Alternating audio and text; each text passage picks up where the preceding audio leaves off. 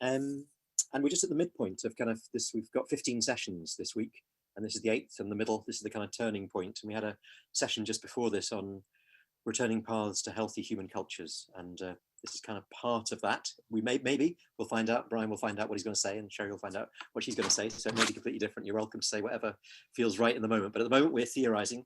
This is part of this process of how do we recover our relations with, and how do we live together.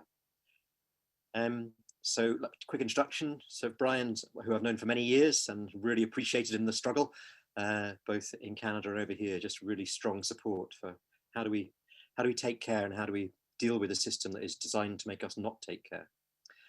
So Brian's a social anthropologist at addressing anti-colonial resolution of relations between Indigenous peoples and settler Canada, and the process is animating Indigenous land, economic and knowledge authority in global arenas. So Brian's worked with a lot of First Nations in Canada and very much in the struggle, but trying to also reflect deeply and feel deeply what's happening and reorientate our ways of being in the world around a way that can live with. And Sherry Pictou, very pleased to meet for the first time, is a Mi'kmaq woman from, I don't know how to say this, Sitkuk, but you can correct me later. Water cuts through high rocks, known as Bear River First Nation, Nova Scotia. Former chief for her community and the former co-chair of the World Forum of Fisher Peoples. Member of the best Task Force on Indigenous and Local Knowledge, has worked as assistant professor in Women's Studies Department at Mount St. Vincent University, and has a focus on Indigenous feminism, decolonizing treaty relations, social justice for Indigenous women, Indigenous women's role in food and lifeways, Indigenous knowledge and food systems. So a real richness in what you're both bringing. And I guess the summary, looking at the description of this session, it was kind of, how do we move beyond colonialism, even while it dominates us? Felt like the kind of heart of what you're both looking at. How do we move grassroots politics forward in a way that makes and keeps trust between us? So yeah, focusing on how do we build that trust despite a system that's designed to break trust. And Sherry speaking on that experience from her own community in those kind of grounded relations. So we're going to have we'll see, but probably about 15 minutes of Brian contributing, and then introducing Sherry, and Sherry speaking, and then maybe back to Brian before we then go to breakout groups. So that's the kind of the pattern, and then we'll come back from breakout groups to the whole group after that. We assume, we'll see how it actually turns out, but that's the assumption of the pattern that will happen. So Brian, can I hand over to you? Yes, thank you. Thanks, Justin. And it's really nice to see everybody who's come together for this session. I've been participating in some of it and found it quite moving and powerful. I also noticed that so far the sessions have been deeply personal in many ways by design, I think, but I really honor the 6 of you who've organized this and brought it together. And so I'm going to try and start by sharing some stories of my own. And I'm going to come to the coloniality question, I think, second. I'm going to start more with this premise of how to generate, or what I've learned over many years in working closely with Indigenous peoples about recovering what I think is an alternate politics. It's not that this politics has disappeared, it's that it's been dominated by another kind of politics that's associated with what we call the neoliberal state. So my name is Brian Noble. I'm a settler Canadian here in Canada, in Nova Scotia, and what is also unceded Mi'kmaq. And I'm of settler descent on my mother's side from the Ukraine. My grandparents came over in the 1920s and settled in Alberta. My grandfather working on the railroad, my grandmother doing the vital work of keeping a household together and raising a family. On my father's side, I'm of Irish-Scottish descent, and his people came over in the early 1800s and became fisher folk in the Georgian Bay area, which is Anishinaabe territory. The territory in Alberta where I grew up is both Cree and Dene and Piikani Blackfoot territory. So all across Canada Canada is mapped over a host of Indigenous territories, and each one of those have had different histories and political relations. And I offer this statement about who I am because whenever I've been in Indigenous territories, the folks open their introductions by speaking who their relations are. So I wanted to speak who my relations are. How I came to this matter of thinking about treaty ecologies is a long path. It spans probably about 30 years and started out working closely with Piikani Blackfoot people in their territory, mostly on questions of repatriation and cultural renewal. And in the course of working closely with them, these are Blackfoot speaking people who refer to themselves as Nitsitapi meaning real people. And the way a person becomes a real person in Blackfoot territory is by working through their relations, about recognizing their relations all the time. By working in relation with other, you become stronger and stronger as a person. When I worked closely with them, I was always welcomed into their territories. And I didn't understand this question of treaty for a very long time. I was always welcomed into ceremony. They needed to bring me in so that I could witness what their ceremonies were, what their practices were. They always welcomed me into their homes. They fed me. I would come in. I was mostly working as an activist and a volunteer with them because I had some knowledge and experience in museums and in the cultural sector. But along the way, they always honored me and they always treated me very well. And it was only after about a decade and a half that I realized that they were treating me as a treaty partner. They had understood me as someone who was in their territory and they had welcomed into the territory back in 1877 when they signed a treaty with Canada.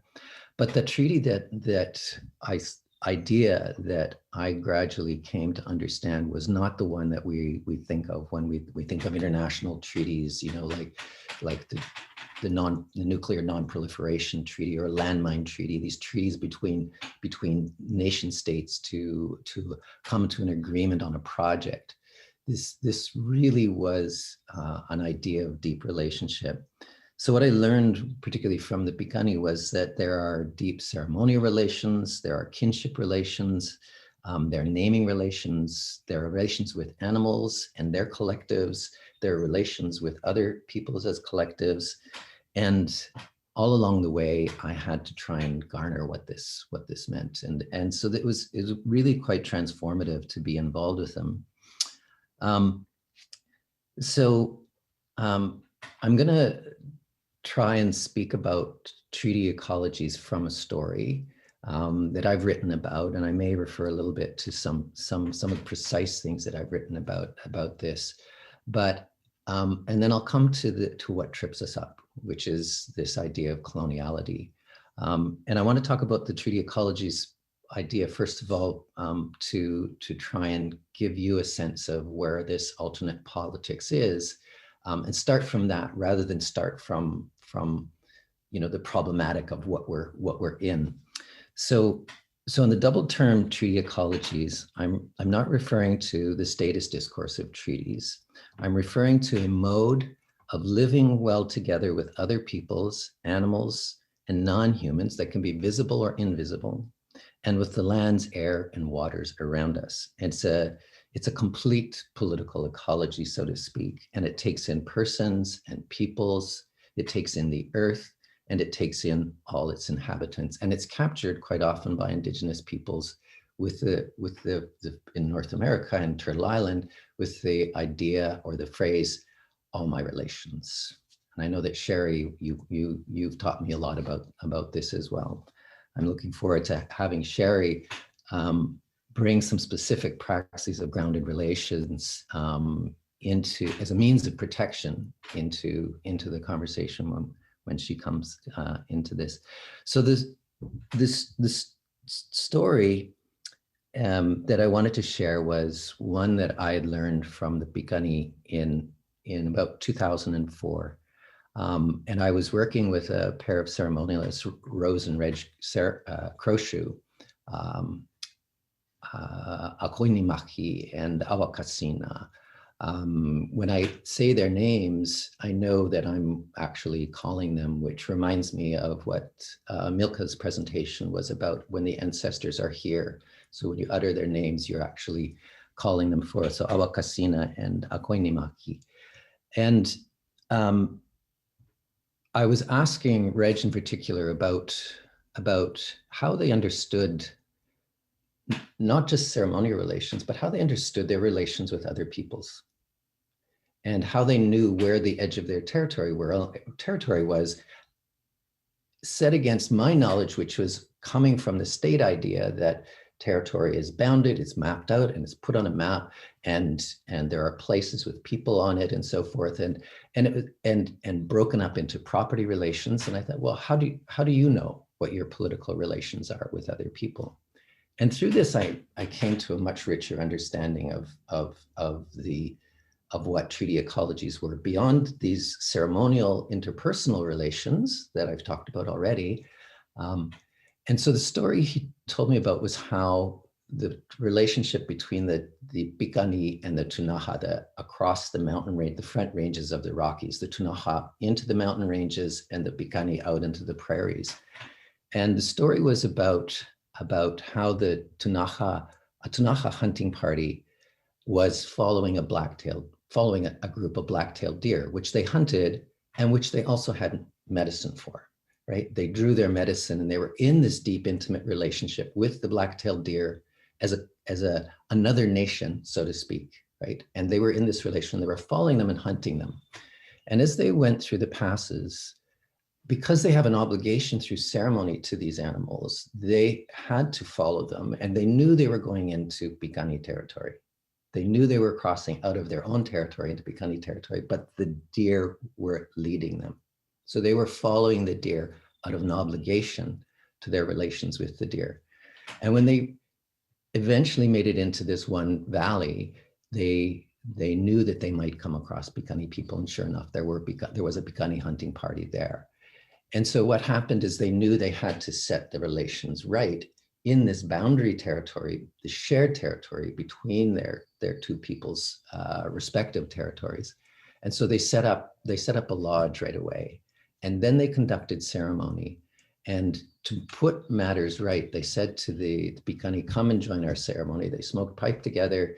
And then the Tunaha, in turn, offered to transfer a right to the medicine of the black-tailed deer bundle to the Piikani.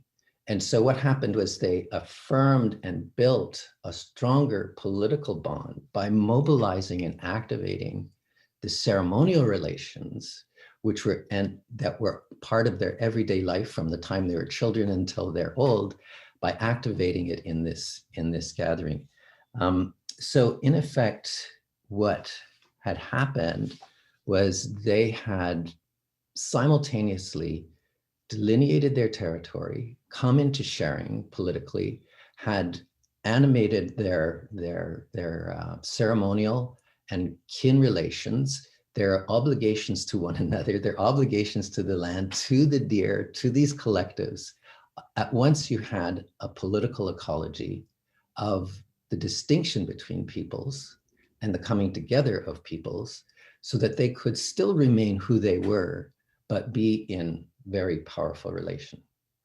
So for me, this was a huge revelation about a different way to think about how we can do politics between collectives.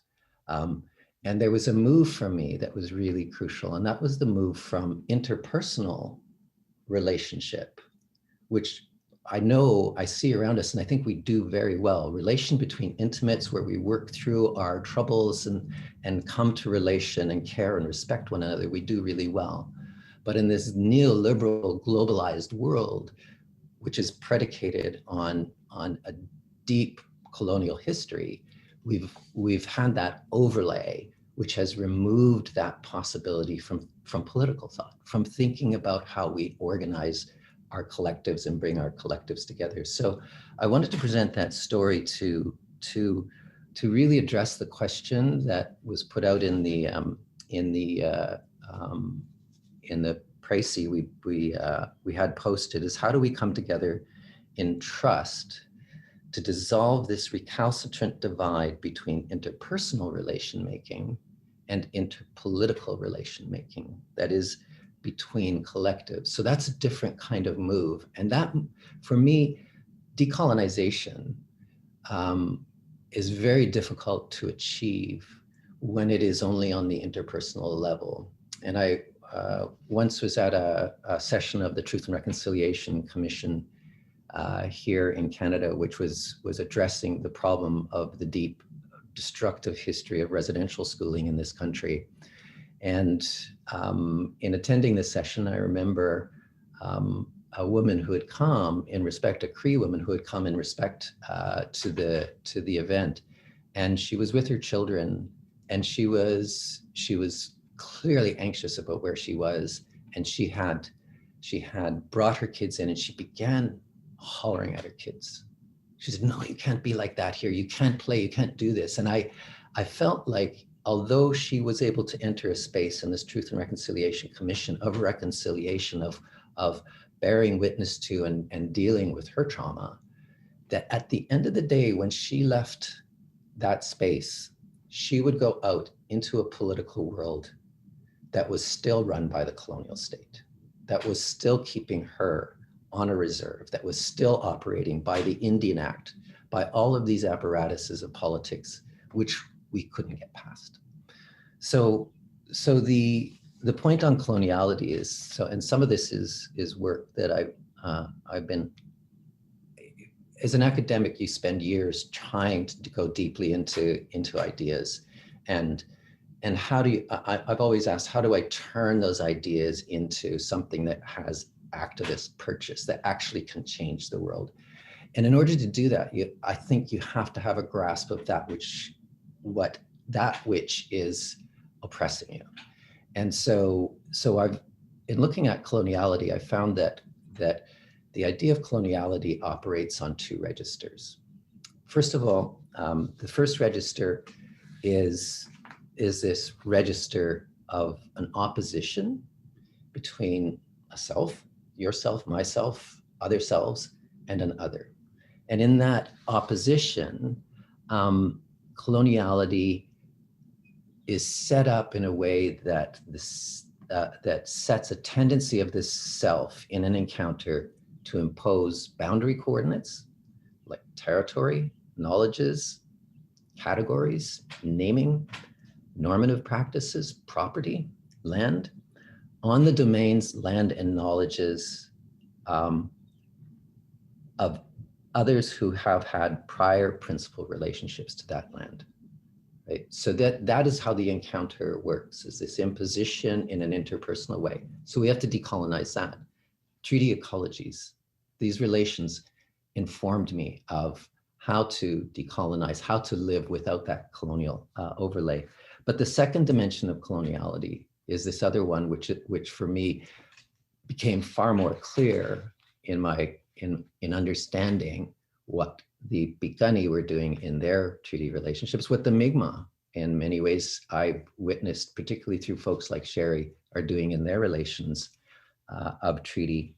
The second dimension of coloniality is that it operates as an apparatus. It's an encompassing containment field, right? So the story I tell of the woman at the Truth and Reconciliation Commission captures that when although she could find reconciliation and she could find ways to bear witness and to deal with trauma and to move on healing, when she steps outside, that apparatus is still there. The neoliberal apparatus is still there. So to loop back on this, what I found is that treaty ecologies, thinking in that way that I learned from Indigenous peoples, is to core a means of creating an antidote. It is the antidote to coloniality because it was never premised on coloniality, right? And it still persists in the imagination and the practices, particularly of grassroots Indigenous peoples. I've seen it particularly strongly presented in this kind of relationality with Indigenous women. And over the years, I've known Sherry probably, how long have we known each other, Sherry? Maybe 15 years now? It's been a while.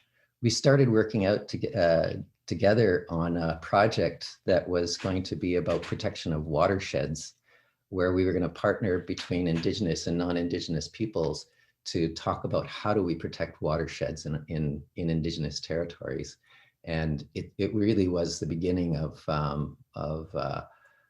a lot of learning for me with Sherry about, and meeting Sherry and knowing her as someone who had been in so many struggles through her whole life, who cared about family and relations, who reminded me so much of the folks that I had met out in Piikani Blackfoot territory, but who also was involved in the struggle to try and protect that which the original treaties were there to protect, which was the lifeways and relations with the land that the Mi'kmaq had always had.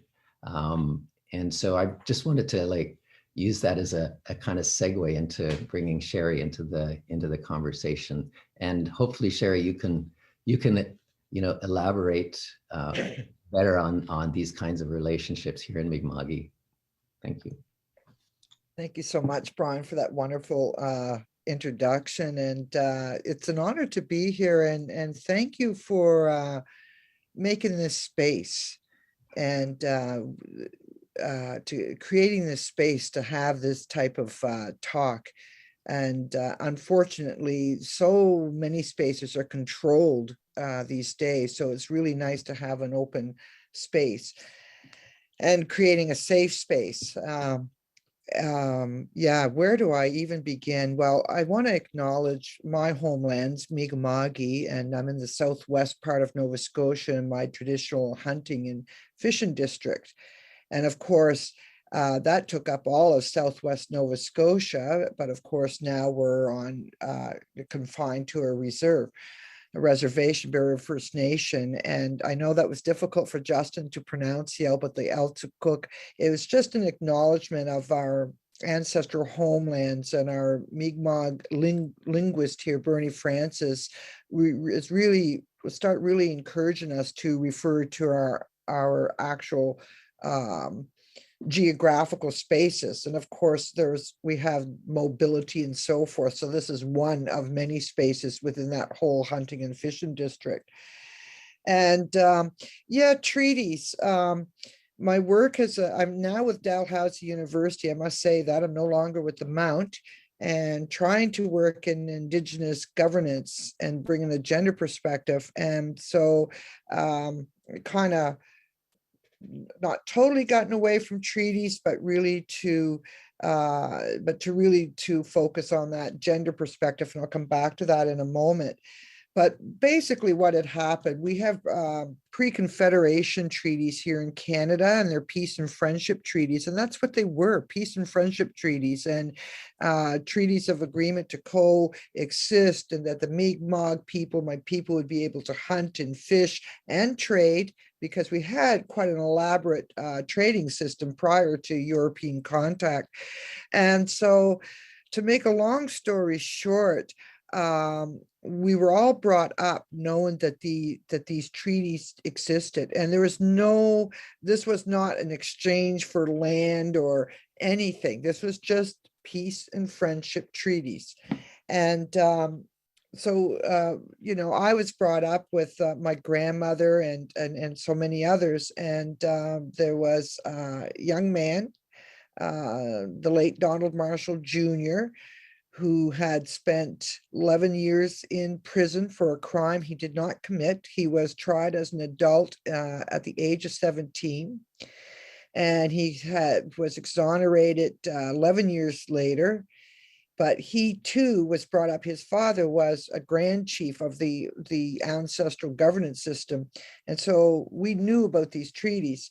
and he was arrested for fishing and selling eels, a form of fish out of season. And he said, when the officers had asked him if he where his permit was or his license was, and he said, well, I have a treaty.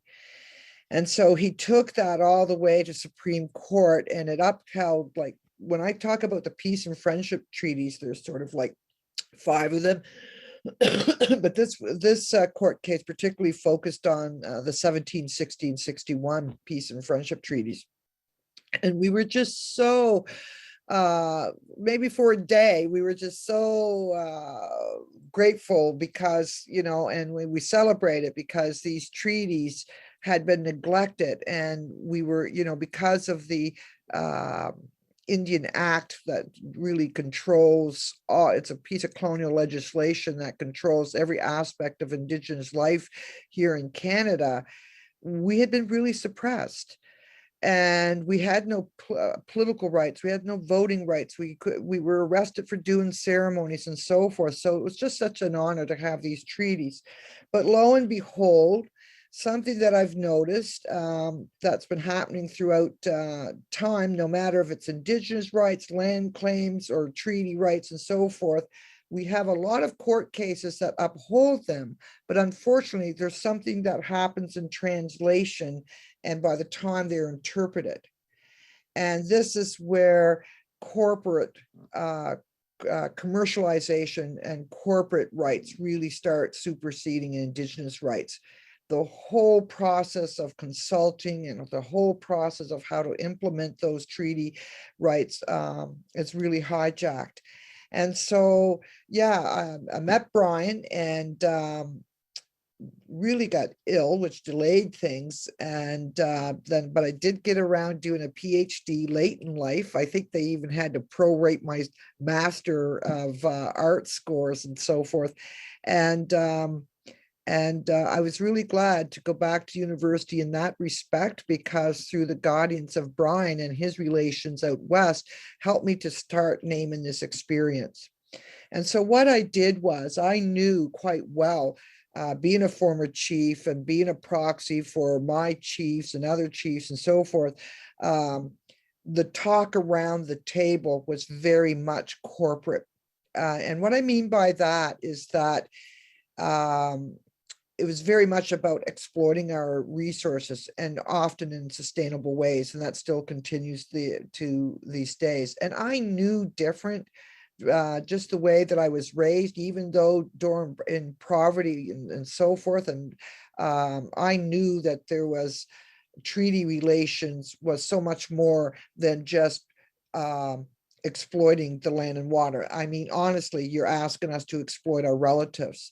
So Indigenous worldviews, all of life is our relatives.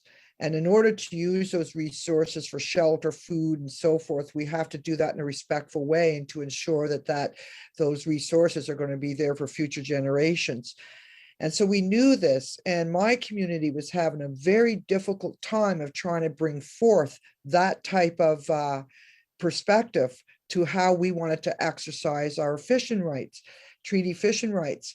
And so, as difficult as it was, we reached out to non-native fishermen, to non-Indigenous fishermen, and really found out what was going on into the fishing industry. And I really want to highlight this. There is very systematic effort in this country, and I would say globally, to really keep people from talking. And so what I did with my research, I wanted to find out what my own people thought about treaty. And included in that research, I had also reached out to who I would consider allies of the Bear River First Nation, and who had helped Bear River First Nation with trying to achieve their perception of treaty relationships. It was life transforming for me. And even in my own community, as close-knitted as we were, I did not know how my cousins or how people on the land and on the water really viewed treaty. And I realized at that point that most of my perceptions was very hijacked by a political and legal framework. And it also told me that we'd never had the space to really talk about what treaty really meant for us.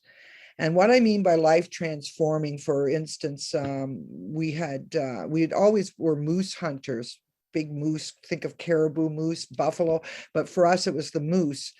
And of course it went extinct here on the mainland, and we were prevented from hunting moose. And in the 1980s, there was a big move to get those moose hunting rights back. And as a result of that, we've been eating moose since the late 1980s. And I've cooked moose. I've make moose meat, but it was always gifted to me by either my late brother or now my cousin, and never really fully appreciated what went behind just to bring that food to this community. So, and basically I was told, you know, you're not going to understand treaty relationships until you go moose hunting. And so I went moose hunting for the first time. And it fundamentally changed my life and how I even looked at my own community, and to really pay attention. Who are the land, you know, the land and water harvesters? Who's providing food for the community? What is their relationships to that land and water? So I don't know, I'm trying to time myself here, and it's very difficult. And so once that was done, it occurred to me, if those perspectives of treaty relations were being pushed below the surface, where was women in all of that? Where was the gender non-conforming people in all of that? And it's a really interesting question, because what we tend to forget is that with all this colonialism that we're still living, came patriarchy, became a very male dominant governance system, how we do things that's been internalized in our communities and so forth. And so that's where my work kind of lands today, of trying to, in this resurgence of what Brian was talking about, of treaty relations, this concept of relationality, where is women and gender non-conforming people and all of that? And it's really interesting, this work.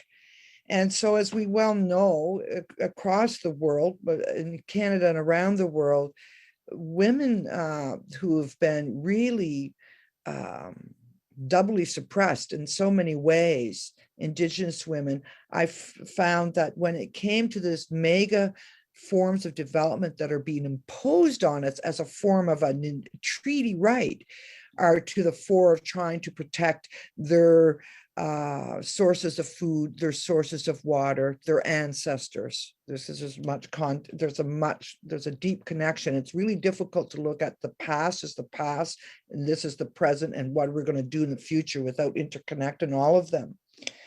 And so the other thing about this work, as Brian alluded to it, like how there's different contexts around the world, but how they're interrelated.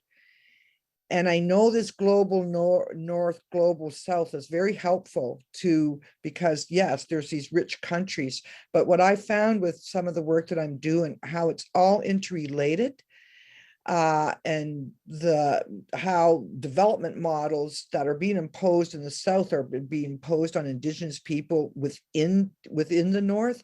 And there's a lot of relationships there. I will say, let me qualify that. There's a lot of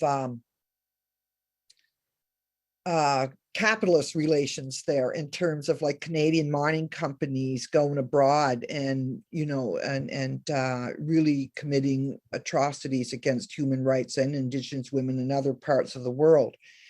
And so that's sort of where my work is now.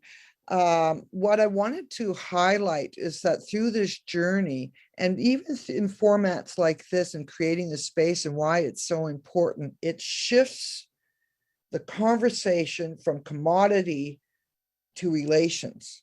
And I think that's so fundamentally important.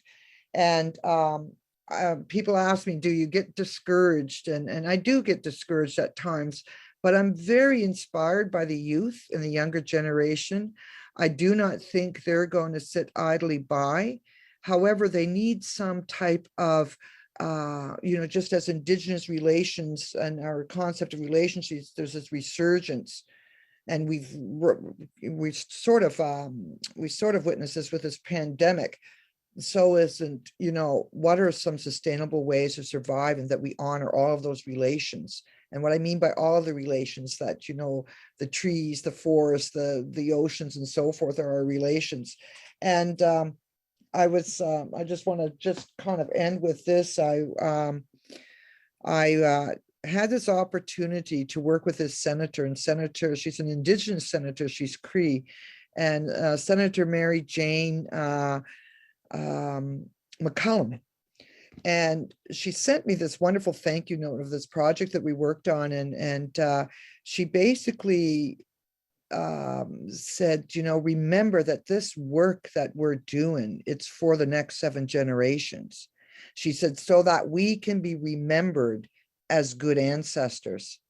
And I told this to Brian the other day, and it's something that I've been trying to articulate, but never in those simple terms. And I've really thought about this and thought about that.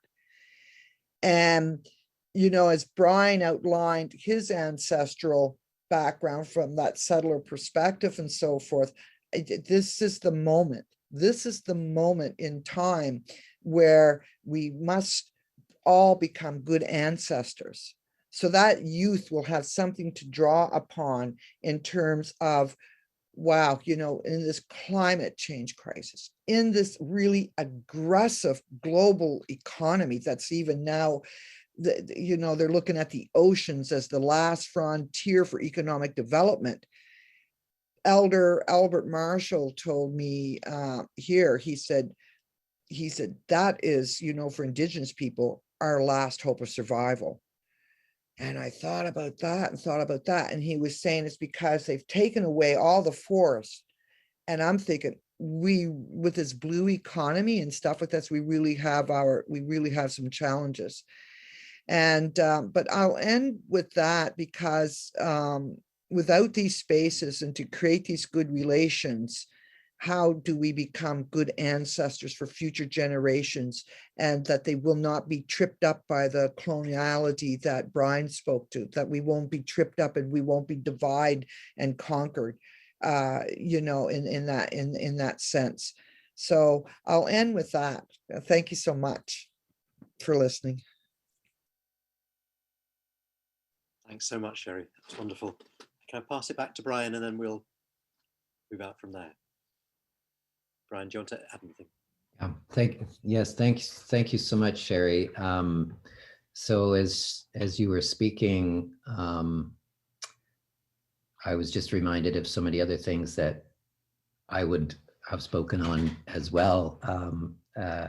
I recall at the end of Milka's session, she said, "I'll stop there. I could go on for days." And I think that's what's quite powerful about these sessions, is we could go on for days. But the creation of spaces, I think, we hear that a lot, but it is really vital. And this space, I agree, is quite a powerful one. I just wanted to add in that although I was focusing on this question of treaty ecologies, I've also worked closely with Secwepemc people. And in the same way that Sherry tells the story of going back to her community to say, well, what is the treaty relationship? In the case of Secwepemc people in the West, in the interior, they're interior Salish speaking people in what's called British Columbia now. How's that for a colonial name? The Secwepemc never ceded their land, and they never signed treaties, whereas the Piikani, who I worked with, did sign treaties. They signed what in their view were land sharing treaties, but the Crown took that and reinvented it as land cession treaties, but they were land sharing treaties based on the kind of notions that I was presenting. When I worked with the Secwepemc, similarly, the question I think that comes up is, what's the starting point in our relations as settler or non-Indigenous peoples working with Indigenous peoples. And Sherry welcomed me into her territory in the same way. When I was working with Secwepemc people, in particular with Arthur Manuel, who is very important Indigenous activist who passed away in 2017, we worked together by trying to figure out what the starting point was for our conversation. And the starting point for our conversation in dealing with what they were talking about was cultural heritage, but what it ended up going to was their authority over their territory. And so what we started with was going into sessions that brought academics and land stewards together to start from a shared premise that the Secwepemc people, still had authority within their territory.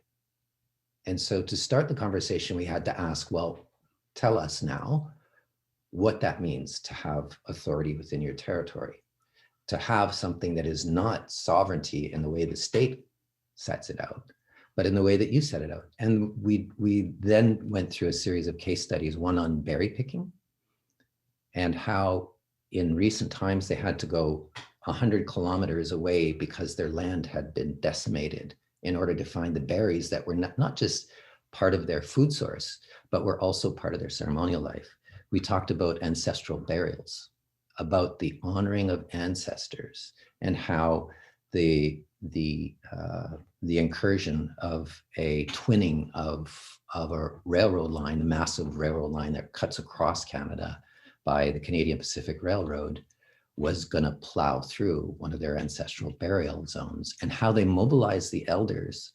And they talked about how the presence of their remains in the place were an example precisely of the fact that they were the stewards of the land, and that this railroad, so that became a symbolic thing. And then the third thing we looked at was how they would deal with other materials that they gathered from the land, whether it was from the trees or from the earth, where they collected ochre, and how to address the problematic of mining operations and mining resources. So this was a moment to try and deal with it. So we moved through this conversation, first of all, by honoring their authority, by asking them what their authority was in their territory and what it was rooted in. And they went to the kinds of relations that Sherry has talked about and the kinds of relations that I learned from the Piikani. Then we went to the next question was, well, what interrupts those relations? What's gotten in the way? And then we saw the colonial apparatus, the jurisdiction of the province of British Columbia, the mining licenses that were, and the entirety of the province of British Columbia is mapped over 3 or 4 times with official license prospects issued by the province of British Columbia. So all the land of that province.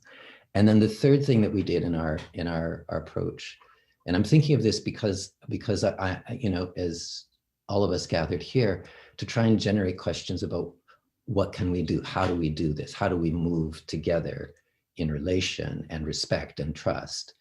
The third thing we did after first talking what a territorial authority was, second, looking at what interrupts it, is we asked the question, well, what can we do together? And that looped back to the point that I've tried to emphasize about the treaty relationship, this relationship of trust. So I just wanted to add that. And again, Sherry, thank you for just making it so so embodied and lived, as you always do. Yeah, thank you both so much. That's so rich. So I just wondered if we could just pause for a moment and maybe just have a minute to breathe and to just reflect for each of us before I make some suggestions around the breakout groups. So rich. I'd like just a moment to pause. That's okay. It's really, drink it in. Just take a minute. Everybody.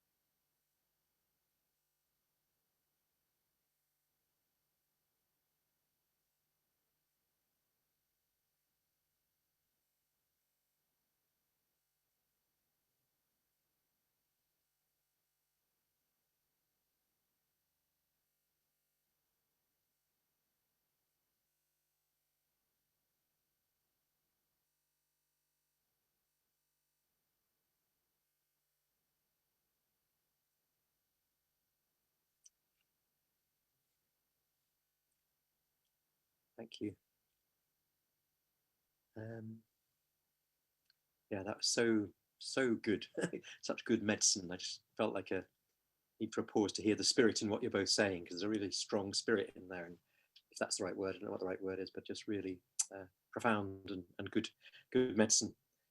I was wondering, maybe we could break into groups, into breakout groups. And I guess what I'll say a couple of things, but use the space any way you like.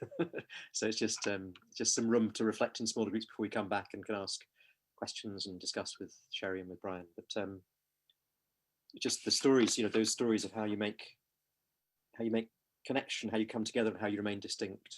Those stories of how do we be good ancestors, and the stories of kind of like, a court case happens and you feel joy, and then you see how actually it all gets used against you, or you have a Truth and Reconciliation Committee meeting where for a moment you're being seen for what's been happening to you, but then you're outside back in the same state. And here we are here in this circle, this group here, where there's a bit of space to kind of feel breath and not be pummeled on to, and then it's like, well, how do we step out of this and still carry with us a kind of strong sense of connectedness to all our relations? So I guess I was drawing from, maybe if people want a couple of things to think about, then it's just what interrupts good relations, from what Brian says, what gets in the way, what interrupts that, and from what Sherry said, how can we be good ancestors? You may not need a question at all, and just share where you are. That was great. Really appreciated that. And I just suggest we open up, and if anybody has anything they want to say from that, or any questions they want to ask to Sherry or Brian, then that would be great. So. Hi, yeah, is a question I posed to my roommates towards the end. But how can we conceptualize decolonizing by treaty moving forward? Is there space for it, or how is that work that you've done? And also in the context of regions where treaties like either did not exist because colonization happened before the white settler colonization happened, for example, in the case of India, where it's thousands of years old, or where these treaties, as my roommates enlightened me, were not materialistic or put into paper, but maybe were treaties in the spiritual realm, or in the realm of knowledge or cultural assimilation. So yeah, in a more forward sort of, how can this be thought of in these contexts, or generally even, but especially when sort of proper treaties don't really exist? And that's the question. Sherry, do you want to reply to that? I have some thoughts. You go ahead, and then I'll follow. Let me reflect on that a minute, because it's a really great question, and as Brian pointed out, not all First Nations or Indigenous people in Canada have a treaty, and they're really scared to enter into treaty right now because it's a very corporate agreement now. It's like, maybe Brian, you talk about that a bit. Yeah. So the way I understand treaty is not the document, right? Is not that contract between. It's the relationship between. And paying attention to the relationship is what's important. So I don't know the history in India and in the subcontinent about how those have developed. I don't know that treaty has happened. But what I was thinking of as you were speaking was something that Sherry has actually pointed out a number of times, is this idea, Sherry, of what you refer to as small t treaty relationships. In other words, big T is that finished document, right? That formalized thing. In what I'm presenting, I'm actually saying that treaty should be this relationship between polities that doesn't even need a document. It's oral. It's through a political relation, interpolitical relationship, that the grassroots people come together and collectively come to a strong sensibility about.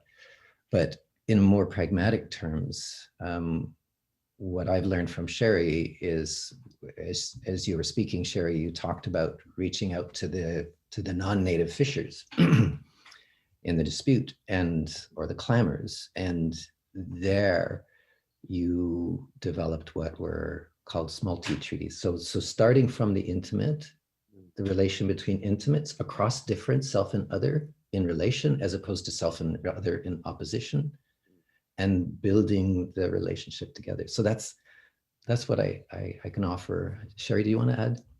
Yeah, it's funny because this was just came up at the end when we were kind of kicked out of the conversation and brought back into the main room, but it was so good. And I put a little thing that I wrote when I was a student as a small T about the small T treaty relationships. Yeah, we talked about in our little group, and I want to thank those participants of raising like how, first of all, how do we create these relations with all species or all life, or like the deer nation and so forth.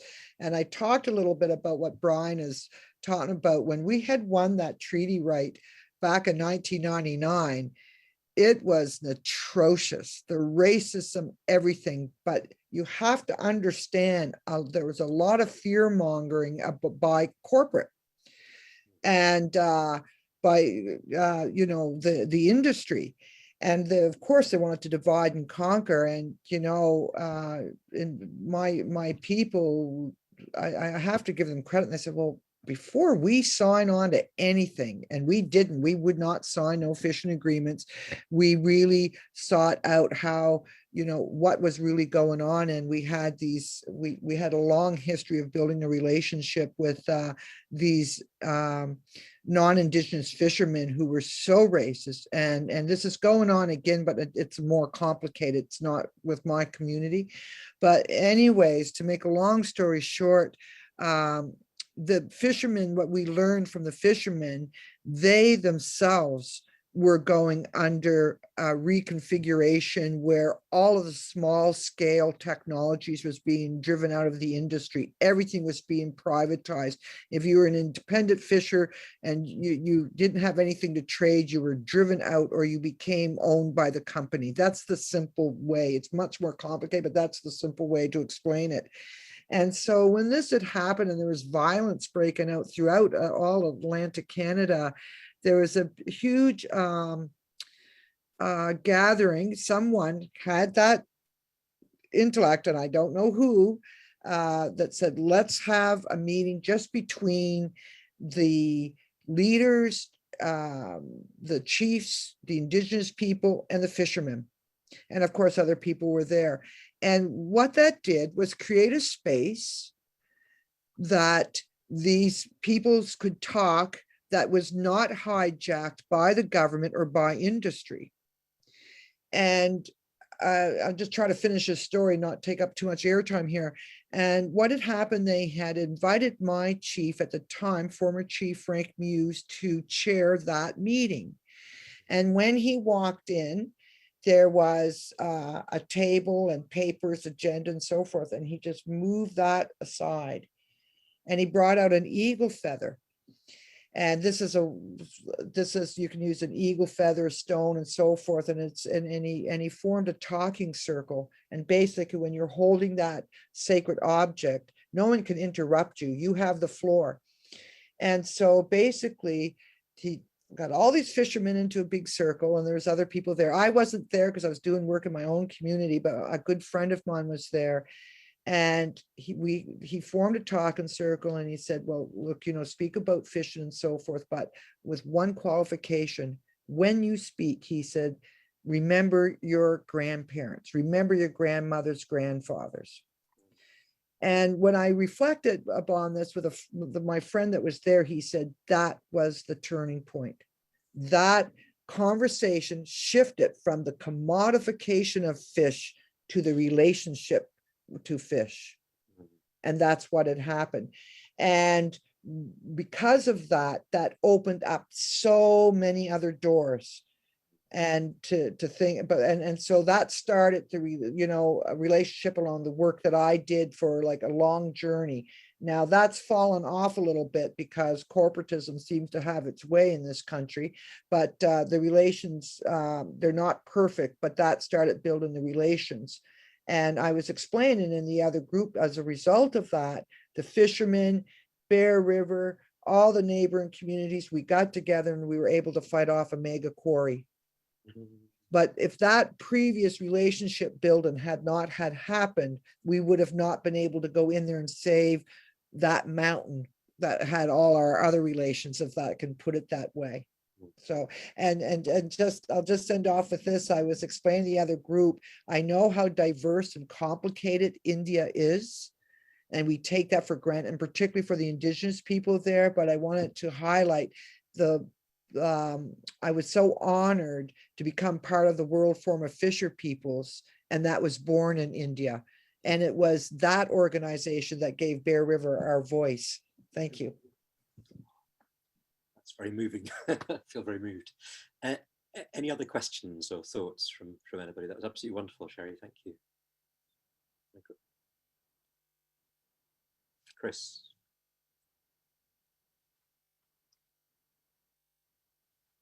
Sorry, hi. I'm a recent settler in Nova Scotia, Mi'kma'ki. My wife's family is many generations from the settler community at Bear River. I was just thinking, when I came here, my wife's from Nova Scotia. When I moved here, I came to immigration and I flew in, and I was put in a room, and I was asked why I was coming. And I said, well, my wife's here, my relations are here, I'm coming to live. And I remember being told that there was no way was I coming to live, and that decision was not mine to have, and that there were many reasons why I shouldn't be allowed to come here, and it was all very strange. And for the next couple of years, I had that relationship with border and security, and I was commodified. There was a corporate relationship there that was being negotiated. And I remember going to Ganawagi in Montreal with the Mohawk community there, and as we were in the longhouse and we danced for many hours, and everyone said, right, let's go home. And then they said, we want to shake everybody's hand. And the whole community lined up from 5 years old through to 90 years old. And they said, we want to have the chance to shake your hand and thank you for coming. Even now it's emotional. I remember having to look everyone in the eye, and as they said, thank you for coming. And I literally ran back to the hotel and got into my room and sobbed, and realized that in that moment I felt that I'd finally been welcomed to Canada. But actually I realized now from this conversation that it was the first time someone had asked me to enter into a relationship and a treaty. And that's what I think maybe was overwhelming for me. And that was my coming to Canada to Mi'kma'ki started the day I entered into treaty. And as we were talking in our group, there's kind of this political ontology where people think they're using the same language about the same thing, but actually they're talking about fundamentally different things. So there was two conversations there about coming to moving and settling in Canada. But there were entirely different conversations that people might be believing them is the same conversation, but they're fundamentally different.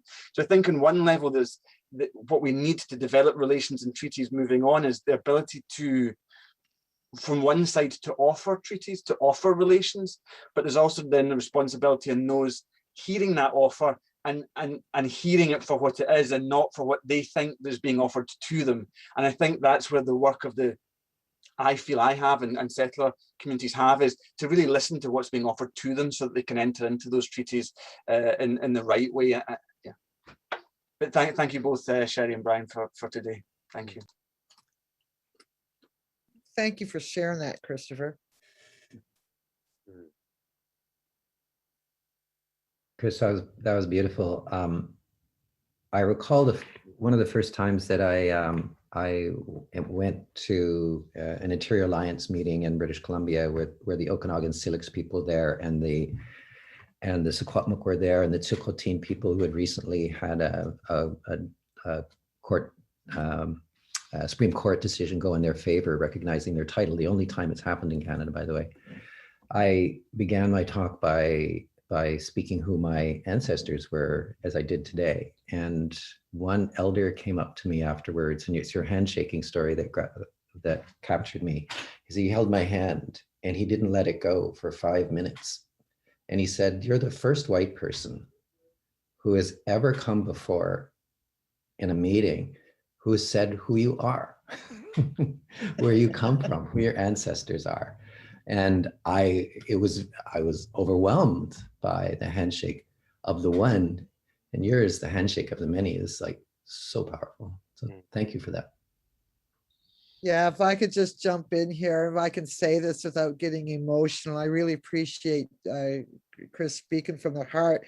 I remember traveling in a van in British Columbia. We went out there to see what kind of Indigenous and non-Indigenous co-management frameworks look like, or what to manage the fishing and so forth.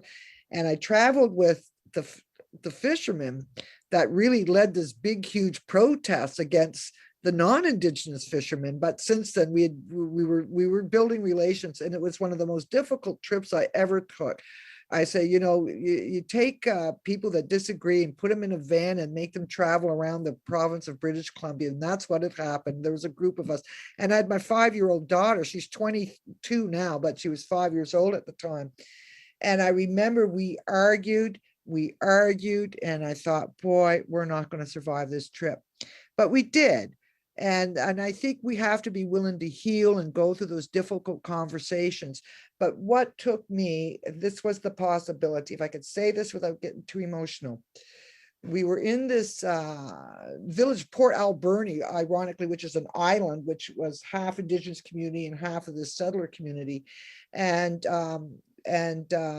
they wanted to take us on a tour, and we were kind of high up on the hill. And this fisherman, he had really bad knees. He was a big guy and so forth.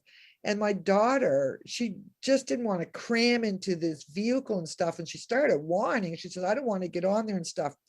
And he said, "You come with me." And he grabbed her little hands. You're going to get emotional. And I just remember this silhouette of this big, huge fisherman that I was fighting with, arguing with, and holding my little girl's hand, walking down. So things are possible. That will resonate with me for the rest of my days. Mm-hmm.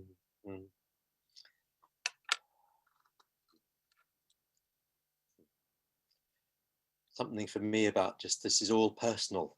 Like it's all personal. Like nothing is not personal. And we're taught to be professional or to be in role or to be whatever. That kind of shift that happens when we stop being all our ancestors and ourselves and in real relationship with each other. So to reclaim the world as a personal world of relations rather than pretend there's some world over there which is the real politics that goes on, and then there's us managing our histories and our kids and our parents. Like no, this is the real world. And so just receiving being willing to hold the eagle feather when it's given to you, and being willing to speak with that awareness. And I'm aware with this week, we started off the first day with who am I? Like who am I? Who are my ancestors? Who am I? Who am I? Not as in this role of a person, but actually all that's gone into making us. And then looking at what's happened to us, this systems of domination that have happened, and then trying. It's been such a great talk, both of you, and the responses and contributions in terms of just like, how do we trust one another? When it gets twisted, as Chris says, it can be said in a language where you feel like you're on the same page, and then you discover that divide and rule dominating power is actually what it meant by treaty was I'm taking your land, and what you meant by treaty was you're welcome here to share some of this and whatever. There's two very different takes. So I just wanted to pass it back to you both in case there's anything you want to add before we wrap up. But I should check. Anybody else got anything burning? Then do say. Dita. I'm just fascinated by the flow. So in the session we had before this morning, something that really stood up for me, and also many times in the work, for instance, of grief tending and healing in general, is the power of welcoming that Sophie was saying about, I welcome and thanking people for their work. And when you were speaking, Chris, I was just so alive, how important that just, feeling welcome and how much that I feel is part of this treaty that I just find fascinating and deeply beautiful, and healing perhaps in the small scale before we try to change the whole system. Thank you so much, Sherry and Brian and everyone.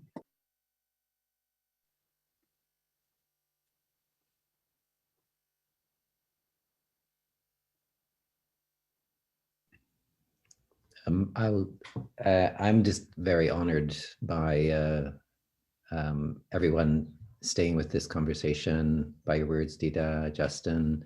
In the breakout group, Tanya Palacios raised something that I thought was really critically powerful, and I wish we could do another session, which is just on positionality in a gendered body and the difference about the trust that you can gain within a gendered space of struggle, which Sherry, I know that captivates you, and it's such a right captivation.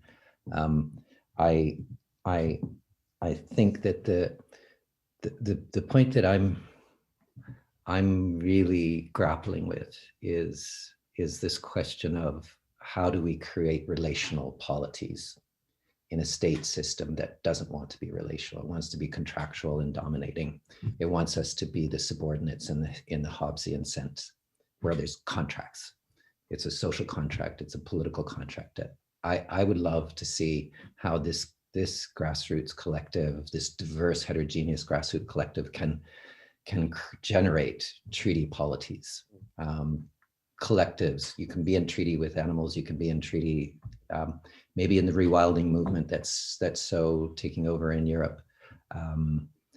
It isn't just about conservation and introducing species as though they're outside of us, but rather introducing the beaver as your relationship, yet introducing the beaver as a collective with whom you can enter into a treaty in the way that Chris was welcomed in Ganawage, I believe you said. So that's that collective relationality is that was captured in the following your story. Yeah, if I was to leave, just not to respond to Brian, because I know we've contemplated this, we haven't come up with any concrete answers. I think we've come up with a beginning, but to build that polity, I think you have to transform what's there because they hold the power in so many ways.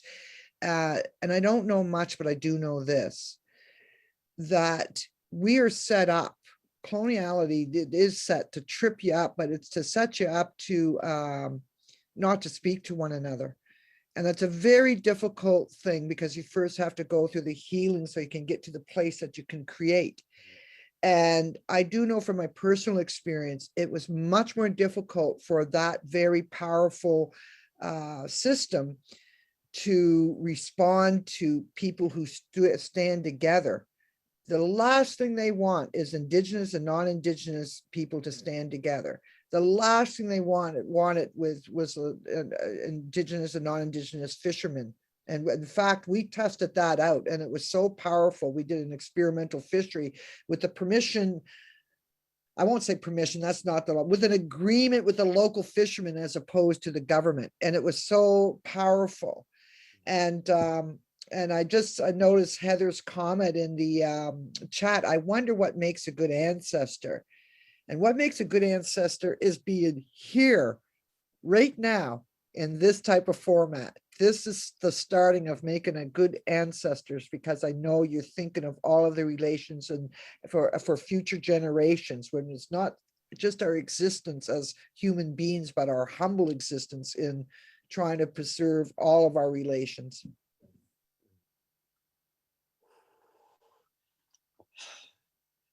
Wow, okay. I think we should probably wrap. That's just such a lovely session. I want to go into a whole gender session. You opened up something there. It's like, woof, that's a whole nother, but we'll come back. Well, this is just a week and we'll come back all together again soon, I hope, because that's just wonderful. So just want to say thank you. Hugely. Thank you. Both of you. Thank you. I'm very moved by all this. Thank you all. If anybody wants to open their mic and say goodbye, you're welcome. Thanks to everybody. You. Thank you. you. Bye. Thank you. Thank you. Thanks very much. Bye. Thank you all. Thank you. Thank you very much. Thanks.